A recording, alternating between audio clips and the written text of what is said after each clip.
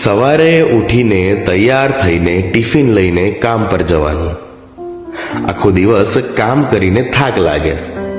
એ થાકથી ઘરે પાછું આવવાનું.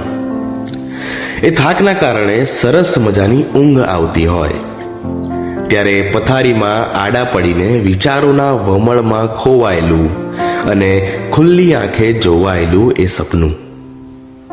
એ સપનું કે જેમાં ભવિષ્યમાં આગળ વધવાના વિચારો અને કંઈક નવું કરવાની અપેક્ષા.